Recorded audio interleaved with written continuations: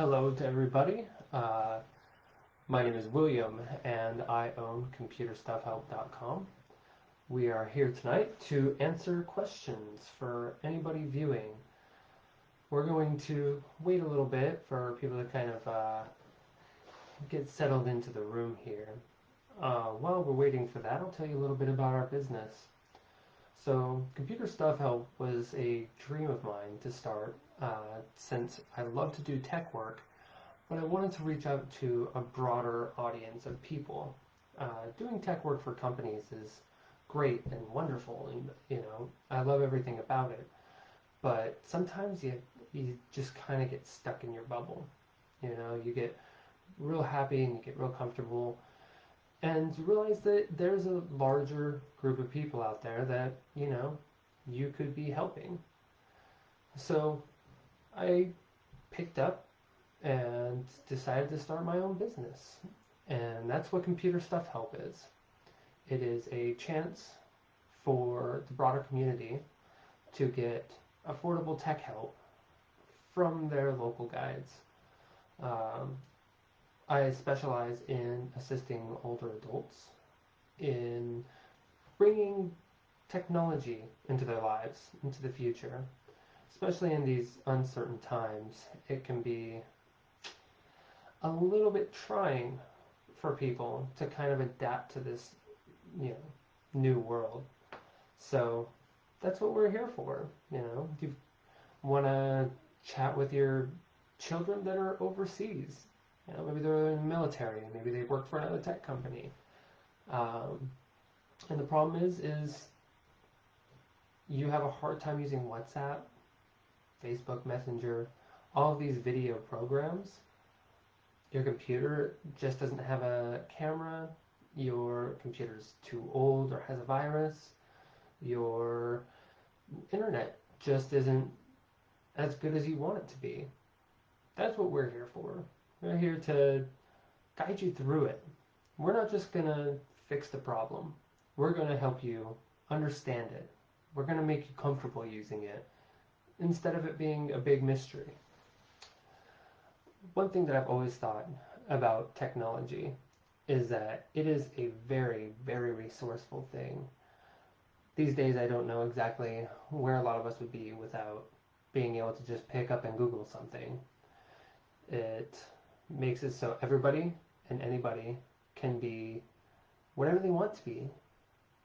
Back in the day, you could probably go to the library and hopefully find a book that was spot on exactly what you were looking for to help you with reaching your goals and achieving what you wanted. But with technology, it's at our fingertips, it's in our pockets, it's on our office desktop, it's everywhere, anywhere we look. Technology is a pretty wonderful and powerful thing. It's a very wonderful, powerful thing, and when it's powerful, that means that it could also be dangerous. And so that's what we like to do at Computer Stuff Help as well. We want you to feel comfortable using things, and we want you to feel comfortable reaching out for help when you need it. So when we see our customers and our friends and family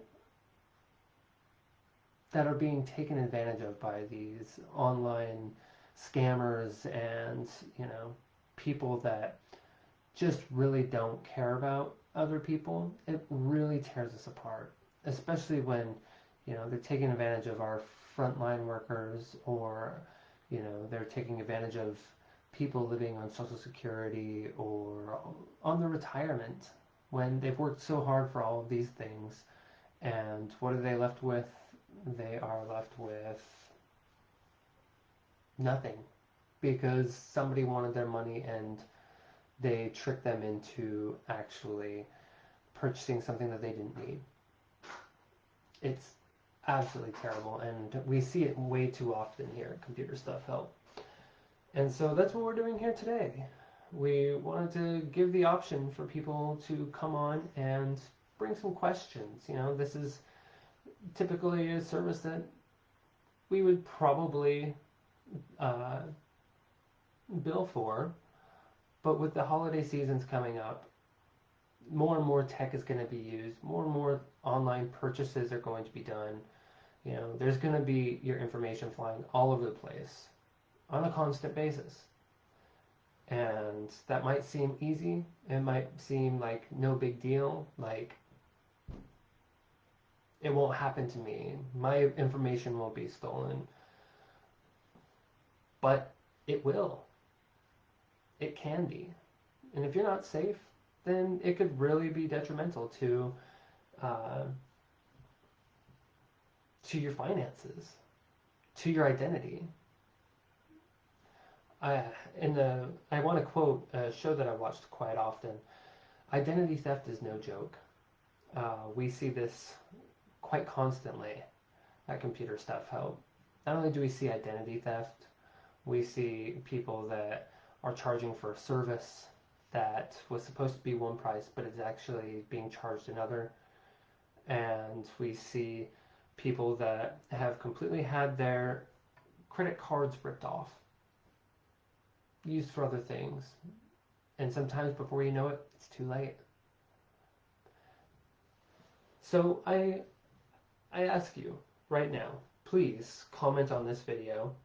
Let's go ahead and bring some questions in. If you have a question, please feel free to leave it in the comments. We will be putting our WhatsApp number up here soon, in case you wanted to text that in, but please feel free to use the comment button to go ahead and ask us any questions that you might have. I see there's a couple of you on here. So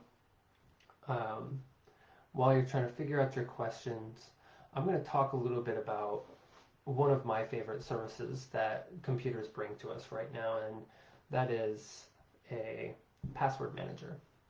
So I've worked with so many people where they use the same passwords over and over, time and time again, and let's be honest, everything needs a password these days, and it's super frustrating to have to remember multiple passwords. You gotta remember one for your bank account, you gotta remember one for the library, you've gotta remember one for, picking up online groceries at this point. Everything needs a password, and it's super frustrating when we have to have 30 of them.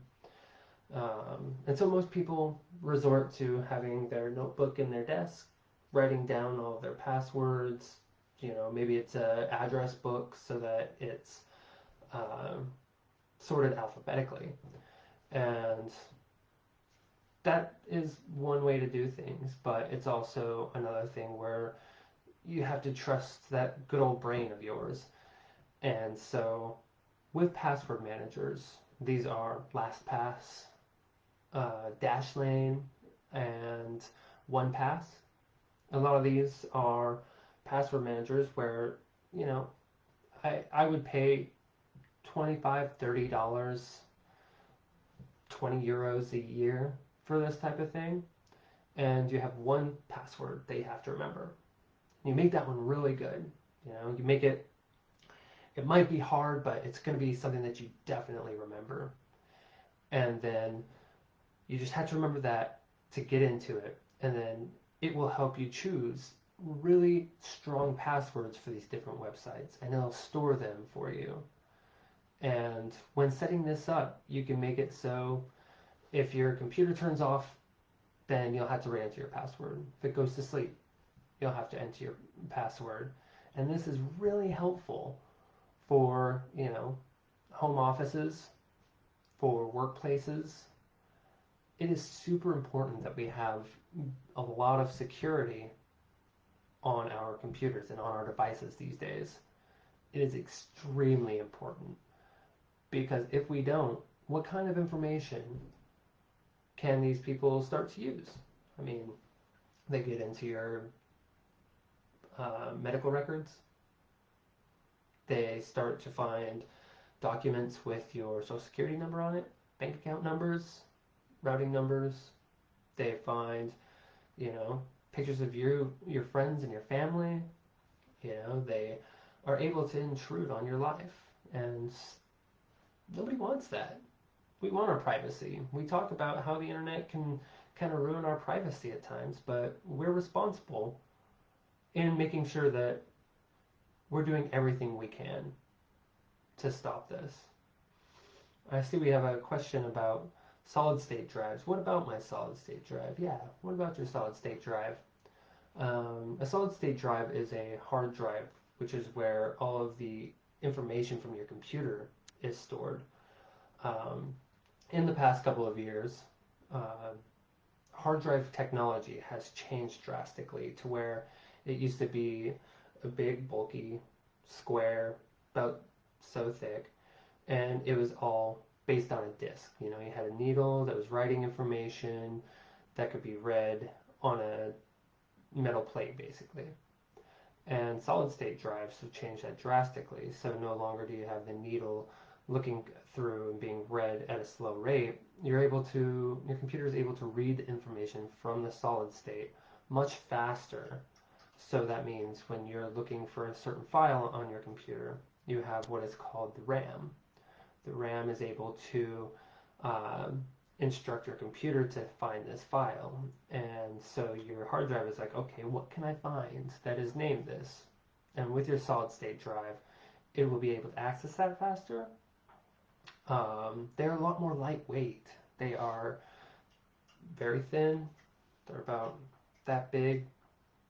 And this is pretty common with most computers these days, that a solid state drive will be put in. And you know, back in the day, it used to take an entire warehouse to do 30 megabytes of data for a computer, and now we're talking solid state drives that store billions of megabytes onto these little drives and access the information so quickly that it's almost alarming that they work so quickly.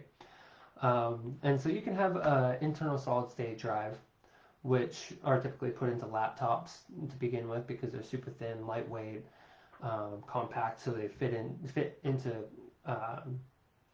laptops. But they're being used more often for desktop computers. You know, you have the big square box hooked to the monitor and mouse and keyboard. But as we go on, there's more advances in hard drives. Um, should I have an external hard drive? I say why not? I say better safe than sorry. Um, Especially if you're using a computer that has very limited storage, a very small solid state drive. This would look like a MacBook Air, which will typically come with about 128 gigabytes of space. That's not a whole lot. Maybe you don't need that much. Maybe you're just doing streaming videos, and you're doing some sort of writing project, and so you just need to type up text documents. You wouldn't need a whole lot to do that. So maybe that's what you need. MacBook Airs are usually pretty light in the first place for that reason. But with that 128 gigabytes, that means that it's going to fill up pretty fast if you're having other programs. So having an external hard drive that connects via USB, USB-C, I think is very important because it can either store your files or it can be your backup. So your hard drive fails. It happens. It doesn't matter if it's a solid state drive or what they call an HDD, a hard disk drive, or an SHDD, which is just a smaller hard disk drive. It's a solid hybrid drive. It's bound to fail. It's gonna fail eventually. It doesn't matter. It might be tomorrow. It might be 10 years down the line. But that's just kind of what happens. Computers fail. They're hardware. So you know, just like with pictures of our family, we would like to keep those safe. So maybe we get duplicate copies. And so we have one set here and one set in the safety deposit box, or in a storage container, or in the fireproof safe. This hard drive is your fireproof safe. It's going to back up all your data and make sure that, you know, if anything happens to your computer, crashes, hard drive wipes, somebody takes it over, you have access to that. Because there's nothing more frustrating than having, I don't know, 20 years of journal entries that are just gone. Your computer was running just fine, and now it's completely gone. So a hard disk drive for an external would work just as fine. You probably wouldn't be able to get your files back as quickly as, a solid state drive, but they're there. And they're relatively well priced. You can buy a 500 gigabyte external hard disk drive for 20, 30, and that will save you $500-$600 in trying to do data recovery because your hard drive failed. People specialize in trying to get, data back from hard drives, and it is pricey because it's basically you have to walk into a room where there's no static, no dust, no. It's basically a white room. It's a decontaminated room, and it is very expensive to try and maintain something like that. So I would definitely say whenever possible, have a backup. Cloud backup. Let's talk about cloud backup for a second, since we're talking about having backups stored. So having a solid state drive or a hard disk drive would primarily be a physical. I know it's digital because it's on a computer, but having the actual drive means that you have a physical copy at your fingertips. Now, the cloud, it is a hard copy. It is, because your information isn't literally going into the air. It's not actually in a cloud. A cloud is a system. It's a network, really. So your Gmail is basically a cloud, because a lot of people aren't having your email stored on your computer. It's stored on a server. And companies have large areas of land, like farms, that are just buildings full of these servers, and they are using hard disk drives and solid state drives to store this information. And so that takes a lot of space, but at this point you're leaving your information in somebody else's hands to kind of take care of. So when it comes to backing things up in the cloud, I tend to do small files that wouldn't mean a whole lot if they got into somebody else's hands, but things that I would still like to try and keep a copy of. I try and keep copies of things in as many places that I can access as possible. So I do have, a Google Drive. When you get your Gmail, you have a Google Drive account too. So I try and use my Google Drive as well as my solid state drive to store multiple copies of everything I have. And then I also have it locally on my computer as well. Let's see. Let's look at the comments here. Can you get spyware off of a computer? Yes. You can get spyware, malware, viruses, and this is something that we specialize. We have the options to do this type of thing. We have the software and the knowledge to make it a very painless thing. What does one do if their computer starts making horrible noises? Unplug it. That's the first thing. Unless the plug is the thing that's making the horrible noise, then maybe try and shut off the power to that area. I'm looking at my own outlet here that actually has its own power switch, which is very handy when things start to go awry. Typically, make sure to have it plugged into a surge protector, first of all. Surge protectors really save your computer from getting jolts, because it's a big electrical system, and if it gets zapped by a lot of power, then you're going to harm your computer, just like you would harm your body. It's sending a current all the way through your entire computer, and it can do damage, and it can hurt you at the same time. So first thing would be to unplug your computer. Second of all, did you spill something on it? If you spilled something on it, yeah, you might want to shut that down as quickly as possible. Some people don't have this problem. Maybe you're working with a desktop, A desktop can be stored underneath your desk, which kind of is not the same as an actual desktop. So now it's a desk under. Um, but if you're on a laptop and you spill something on it and it's making some weird noises, I would definitely turn it off and definitely seek somebody to take care of it right away, because dust and water are terrible on a computer. And you would be surprised just how dirty a computer can get. It's got to cool down somehow, so it's pulling air in all the time. That's one of the main sounds you hear from your computer are the fans. The fans are going, it's pulling in air because, all of these electrical devices are turning and creating power and, having all sorts of friction going on inside of them, so they need to cool down. And I have opened up computers, and the first thing I see is not a bunch of wires, it's actually a big ball of dust. Especially if you smoke cigarettes in your house, it's probably going to be even worse. So I would regularly say that you need to take your computer in to not have it digitally cleaned, but physically cleaned. It's important to keep your hardware dust-free, water-free, anything free. It needs to have a clean working space.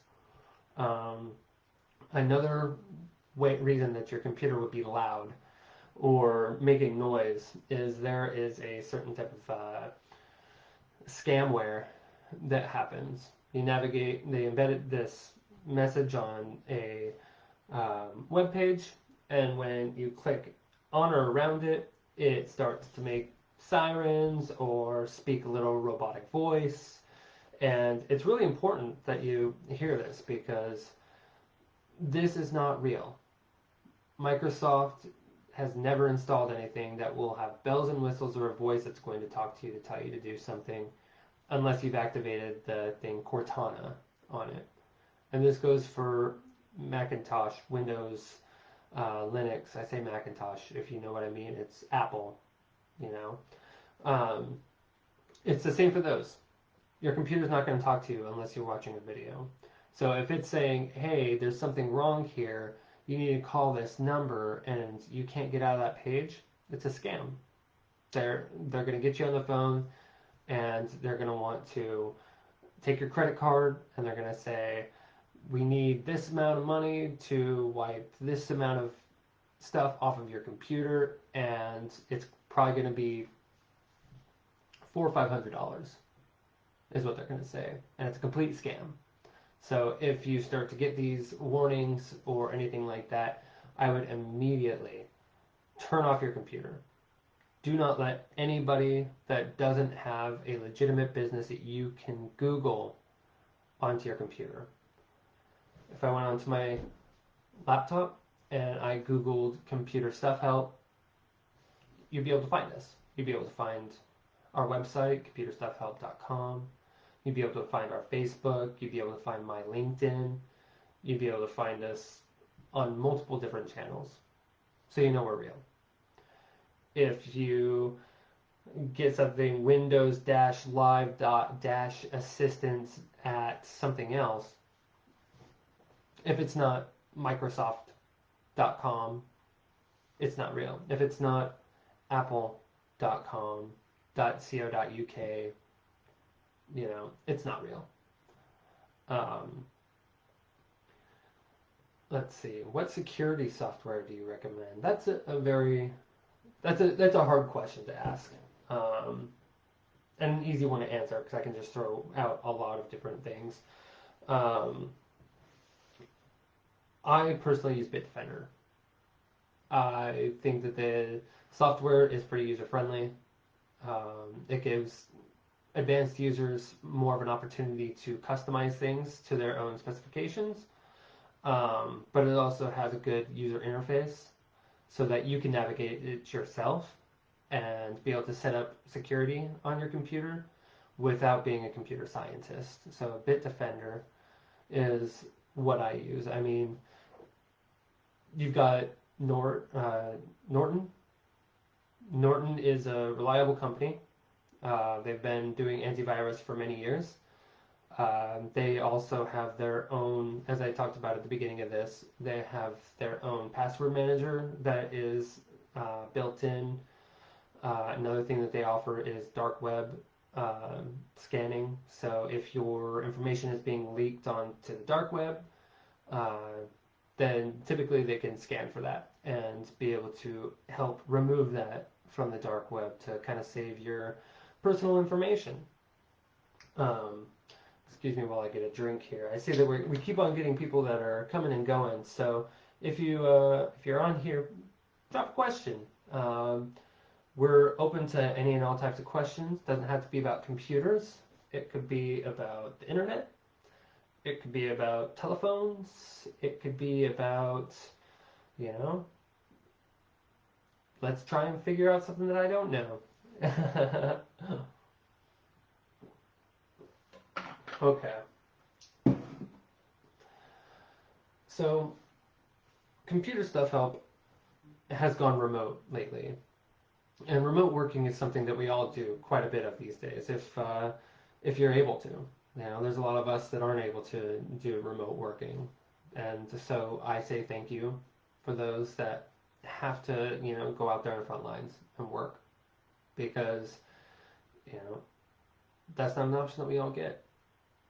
But those of us that are working remotely um, know how big of a hassle it can be to have your computer systems working the way that you want them, whether it's zooming into a conference call with your team or your department or upper management, or, you know, maybe your computer's not working right and you don't have an IT person right there to just come over and fix it.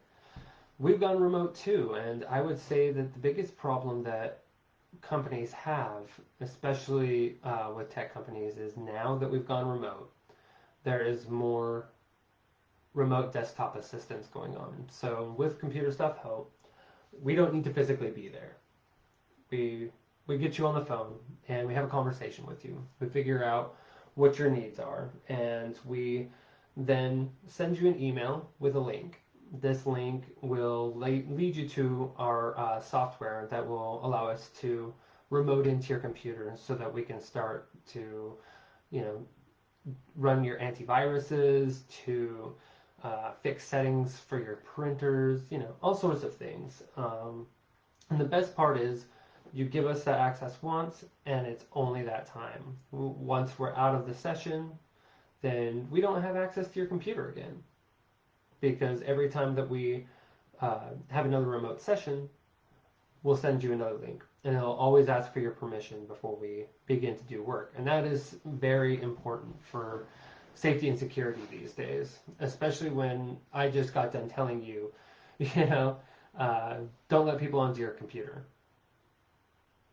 But it also goes back to, if you can't Google them, you should have a face-to-face with somebody. So at Computer Stuff Help, we can either call you and have a conversation, and you're going to get one of our techs. And, you know, we're a very small company, so you can always ask for William, you can always ask for Ford, or you can always ask for Nuala, and they'll be able to help you find somebody that you can really trust. And, you know, they're very personable.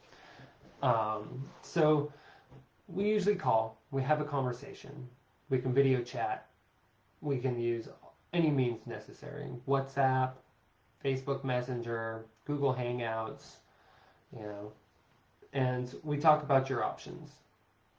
One thing that we don't like to do is we don't like to gouge you for money.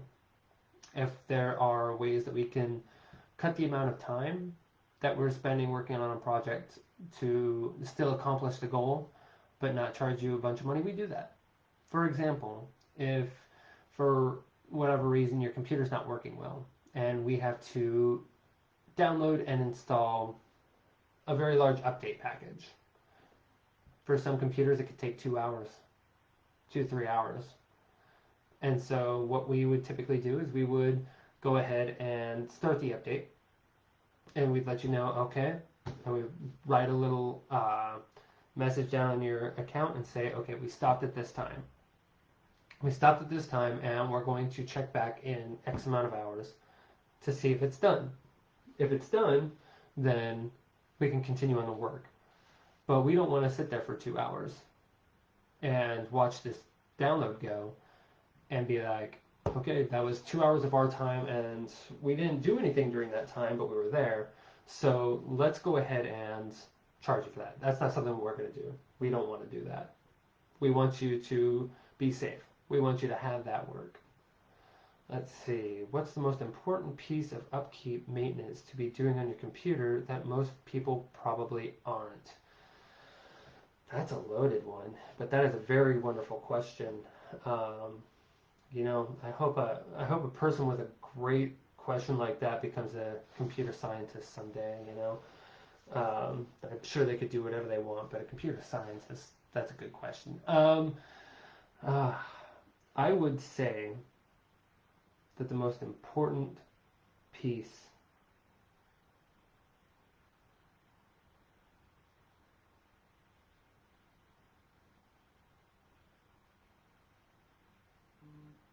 that is a good question. What is the most important piece?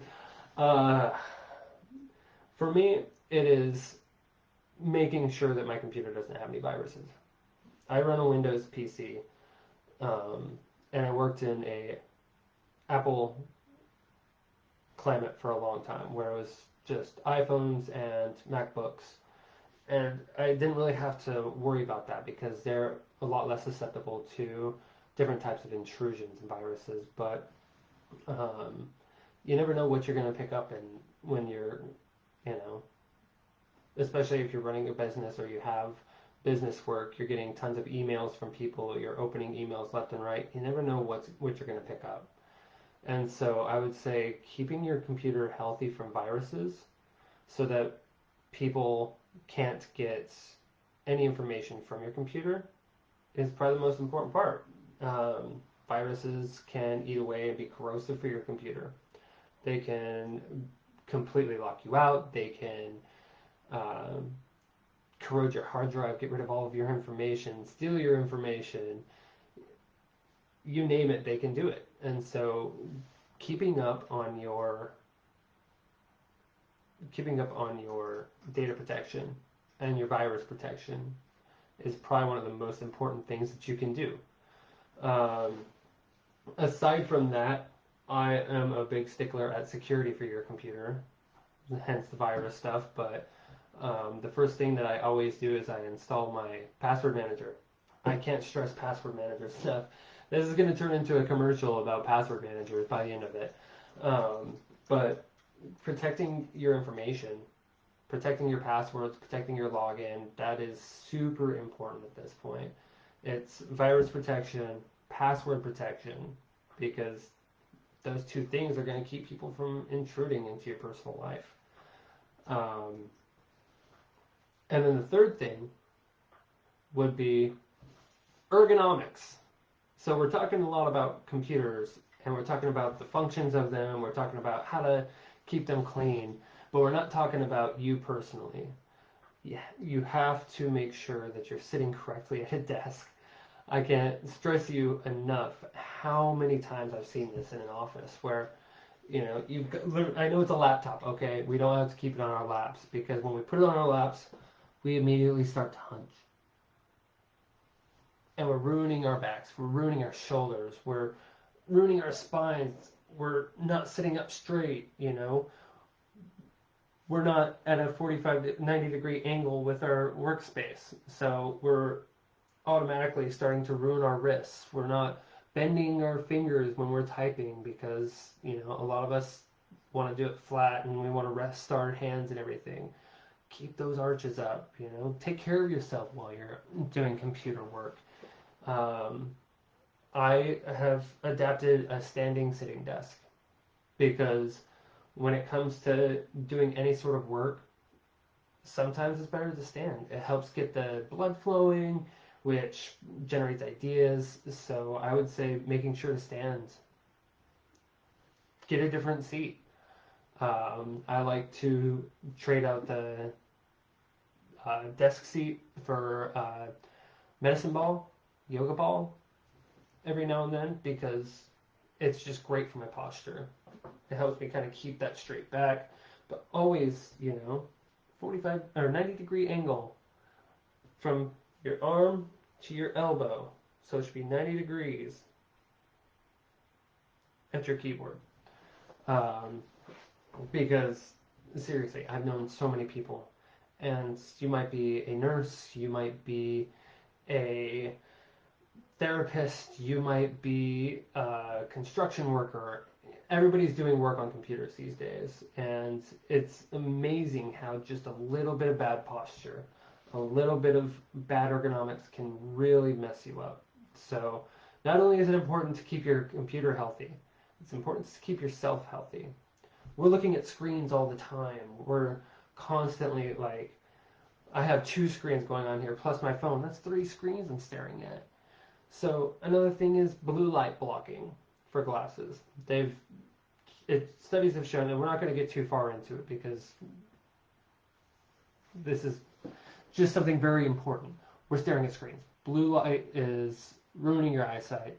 It can have negative effects on your sleep, on your rest. So if you think that you're getting rest by lying down and watching TV or playing a game on your phone, you're actually getting less rest because your eyeballs are just strained so badly. So blue light blockers will, on your glasses, you can even get glasses that aren't prescription, that are just blue light blocking. And this helps, especially near the end of the day. They say a half hour before you go to bed. Stop using all devices. If you're like me, and I'm guilty of it, you might be guilty of it too, but at the end of the day, I like to pop up my phone while I'm lying in bed, and I'll read a couple news articles. Maybe I'll do an escape room game. Maybe I will watch that last little video for the night. And then I put my phone down and I immediately go to bed. Now, for me, it's fine. I can rest pretty well, but for a lot of people, there's a lot of sensitivities out there. And if you're not getting good rest, then your brain's not at its full potential. And also, this could be very bad for your eyeballs. I typically turn on with my phone. There is a sunset app that takes the bright lights and turns it into more of a orange warm light at the end of the night. I love that. It saves my eyeballs so much. If I'm in a dark room especially. Everything that I touch is in dark mode because my eyeballs don't want to be burned out of their sockets by bright lights. So, that's another thing we can help you with is, monitoring exactly how much bright lights your eyes are being exposed to. It's very important, and it's something that a lot of people just don't think of because everything is set to be like bright and vivid and amazing, and that's great. I love videos. I love games that are just absolutely gorgeous. Grand colors, full brightness, the QLED screen, the blacks are really black and the colors are really popping at me.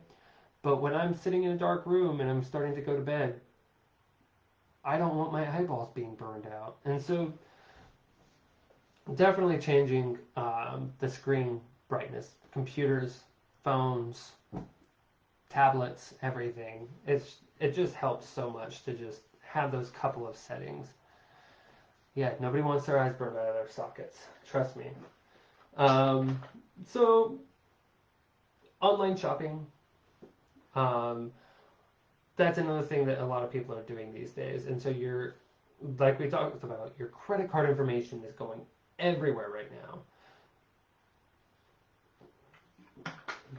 I tend to use PayPal whenever I can. Once again, I'm not endorsed by PayPal. This is just sound advice because instead of people having my credit card directly, they get my PayPal account. And my PayPal account, I can resolve inaccuracies on my account a lot easier. And it's another line of defense against people having my credit card information. So I typically set it up so that I can pay for things through my PayPal account first. So PayPal helps you set this up automatically. And a lot of pages, it'll say pay with credit card or pay with PayPal. And I just follow the directions to do that.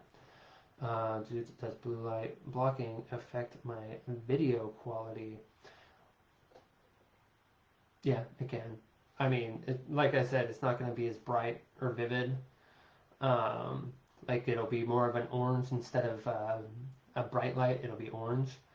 But a lot of phones these days, it's just a one tap thing.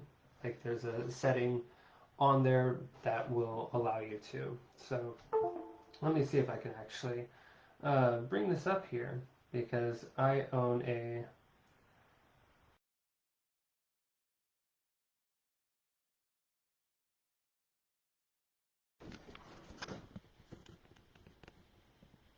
This is terrible quality. I do apologize. All right, we can't see this very well, and I don't think that we want to try.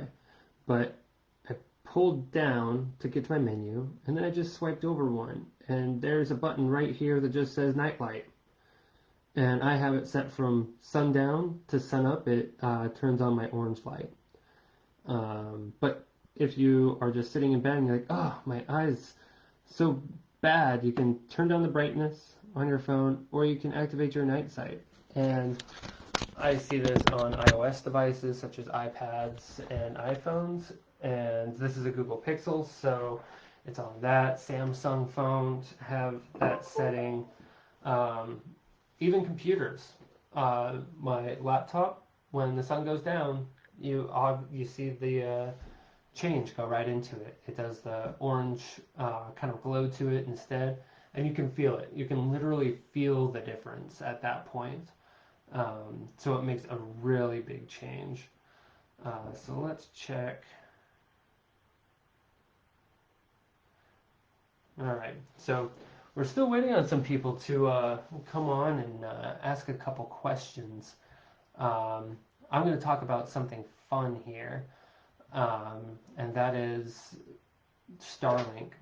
Um, Everybody has to hear this from me about how cool Starlink is. And Starlink, if you don't know, is a satellite internet that is being rolled out by Elon Musk. And so right now it is very difficult for third world countries and remote places to get internet, which means that they're being either left behind or forgotten about or adapted, and they don't have the opportunity to keep up, especially when it comes to schooling and knowledge. They don't have access to these types of things that we have at our fingertips. And so Elon Musk wants to create an entire mesh network where you point the satellite up at the sky and you've just got blazing fast internet anywhere in the world. You could be in the middle of the desert and just point this satellite at the sky and your phone will have Wi-Fi just right there. You could be in the middle of the ocean. Point the satellite up at the sky. I mean, this is huge. I mean, people that are shipwrecked on, you know, islands. It's like, hey, here's where I am. You can find my location. I can give you all of the information that you need as long as they have power left on their phone and they've got this satellite, or in the middle of the desert where people are, you know, I don't know. It's just an amazing thing because I feel like the internet should be something that is provided to everybody. It's essential for life. I mean, especially now when schools are going online, when work is going online, when you have to apply for things online, whether it be medical, whether it be jobs, everything is online these days. And to say, here, give me $50, €50, just so that you can get onto the internet and have these services it's terrible to me. There should be at least a basic internet that should be free and given to everybody. It doesn't have to be blazing fast gigabit, 10 gigabit internet where, you're going to download everything like that. But have something where if they wanted to use Wikipedia to learn something, they can do that. The web page is pretty small and it'll load instantly. But to not give this thing and make them go out of their way, like right now, I know a lot of people that go to the library to use the internet still.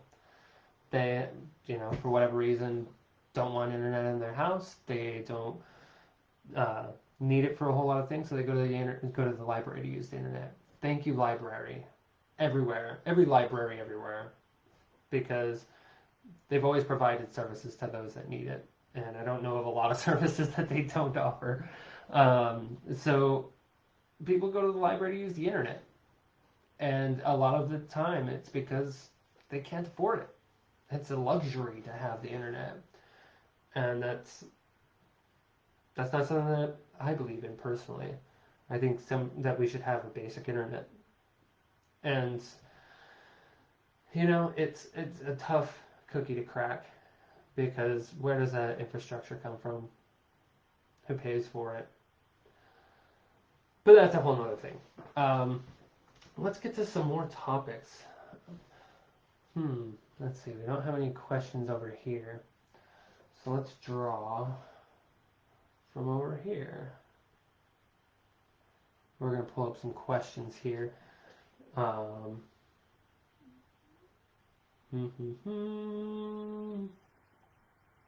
yes.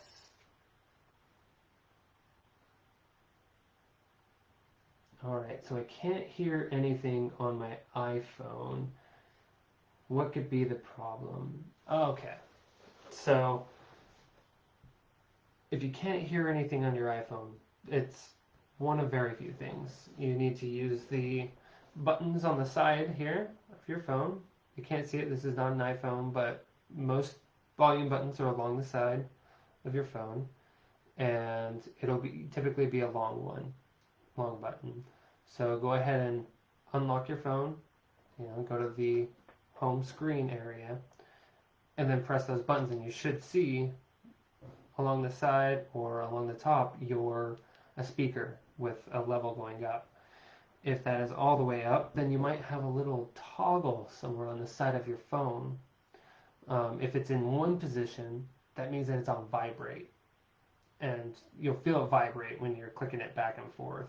So if you flip it from where it's currently at to the other way, then that could be the cause. If that's off, so the vibrate is off, the sound is up, then you could be having a problem where your speaker has been blown, or you might just need to restart your phone, because a lot of people, what they'll do is they never let their phone turn off. They don't install updates, they don't turn off their phone, they don't let the battery run out, so it's immediately plugged in, and if it's under 50%, then it's a bad thing. It's okay to let your phone die. It's okay to, restart your phone. In fact, it's probably a really good idea to restart your phone at least, 2 to 3 times a week. Because if you're experiencing any problems, the first thing that people are going to tell you in the IT field is, you probably said it right then and there without me having to say, turn it off and then turn it back on again. And that doesn't mean lock it and then unlock it. It means press and hold the power button, turn the entire thing off, and you might need help with that, and that's fine. Or you can Google it. How do I turn off my iPhone? How do I turn off my Pixel? How do I turn off my Verizon phone? And you can usually kind of figure it out. But if you can't, that's totally fine. There's so many different types of phones that's what we're here for. We're here to help you figure out and leave you with information. We're not going to turn it off and turn it back on for you. We're going to teach you exactly how to do it, because it's your phone, and you should be able to, learn how to do it so that you don't have to call somebody every time. We want you to be comfortable being able to do that. All right, so how do I get revenge on someone hacking my computer? The sweetest revenge is to change your passwords. There's not a whole, unless you're serious into white hat hacking or, some real heavy computer using, there's no real way to get revenge on anybody hacking your computer. The best thing you can do is change your passwords. Turn off your internet on your computer. Give us a call, and we can go ahead and help you with that. Computer Stuff Help's number is +1 971 303 9885. And you can also visit us online, computerstuffhelp.com, on our Facebook. Let us know, and we can kind of guide you in the way of going about that. Because if you turn off your internet, that immediately severs any connection with anybody being able to access your computer except for you personally, because you're there. Your computer's on, but it's not connected to the internet. So, first thing to do is turn off your computer and seek help, because then we'll come in and we'll say, okay, turn off your Wi-Fi, and then we'll walk you through on how to change, first off, the password that you use to log into your computer. Have a password that you use to log into your computer. I don't care if it's at home. I don't care if it doesn't go to the coffee shop with you. It needs a password. That's your first line of defense. Have a password for your computer. And, once you turn off the internet, you're going to go in, you're going to change that password. And then you're going to turn on your Wi-Fi or plug in your data to your computer again. And at that point, then you're going to start changing every other password that you have, especially if it matches the one that you used for logging into your computer. And that's where we get back to password managers, because typically I would not set your computer's password to your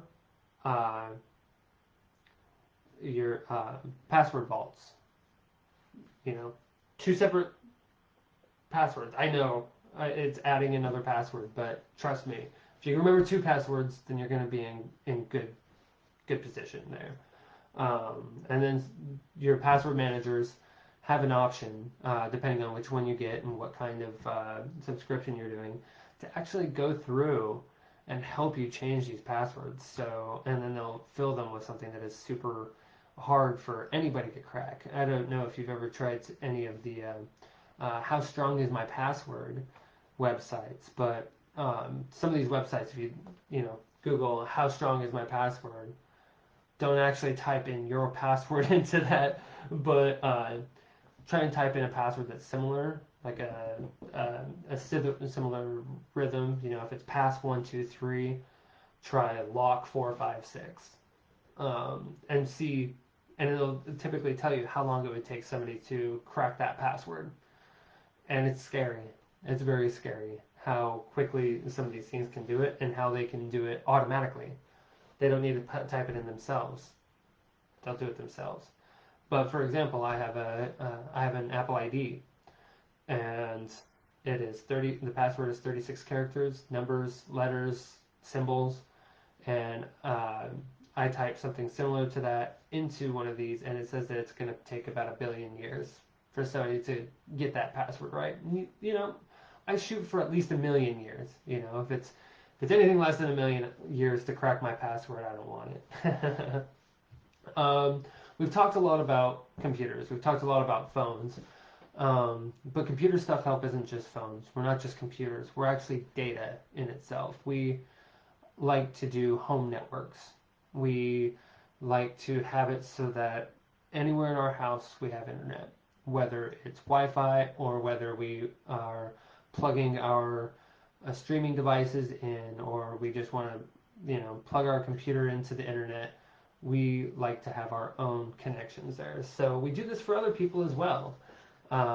So if you're building your computer, you can come in and your walls are down, you have the electrician in, so they're putting in cables. We come in and we put in coaxial cable, which is typically used for television, and we can also do category 6 or category 5E cable, which is data cable, which is now used a lot for phone lines as well as different types of internet. So you can have a whole home mesh network that is installed so that, if you have a very large house, your network is going to be the same everywhere. And you can even have it on your back porch. And then, we do smart home installations from your thermostat to your doorbells, and we also do recommending of what you should buy. We have a service for basically everything here at Computer Stuff Help.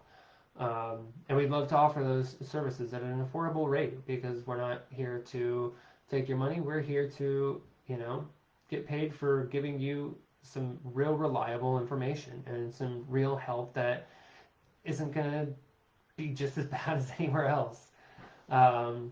We personally love to have a solution for everything computer. And when it comes to having reliable internet to chat with friends and family abroad, any time of day, anywhere, it's priceless.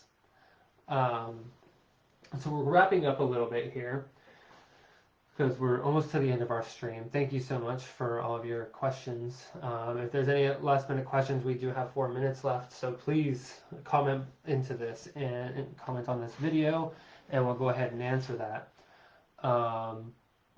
As we wrap up, please visit our website, computerstuffhelp.com. Computer Stuff Help, because you've got computer stuff and you need help, you get computerstuffhelp.com. We can be reached on Facebook, facebook.com/computerstuffhelp. You can reach us on our website, computerstuffhelp.com, and my LinkedIn is linkedin.com/William-Stanford. So if you wanted to see a little bit of my credentials when it comes to capabilities and what you need done, I might be just the fit that you need. And our company has a lot of great technicians that can offer you all the services that you need, from telephone, landline, to mobile devices, to tablets, to home network, to smart homes, to smart cars, to laptops, desktops, Windows, Linux, Apple, you name it, we've got it. If you ever have any concern that something just isn't right, please call us. If you think that you're being brought in for some sort of a hack or some sort of a scam, give us a call, and we'd be more than happy to at least help you with the beginnings of blocking that connection, because we believe in security at all costs. I want to thank you all so very much for being here tonight, and we look forward to doing this again. I think that as time goes on, we're going to have more questions. As technology adapts, so do the questions and the problems, because, for me, it's a fun thing. For others, it's not so fun. Of course, working on a car isn't so much fun for me, but others enjoy it. So you wouldn't come to me to have a tooth pulled, but you would come to me to have your computer worked on, because that's something that I do. I don't pull teeth, and I don't drain bank accounts. So please visit us at computerstuffhelp.com. I am going to wrap up for the day. So from everybody at Computer Stuff Help, thanks for tuning in, and we will be doing another one of these here soon. So keep an eye on our Facebook stream and on our website. And don't forget to sign up for our newsletter at computerstuffhelp.com. And I hope you all have a great day. Thank you very much.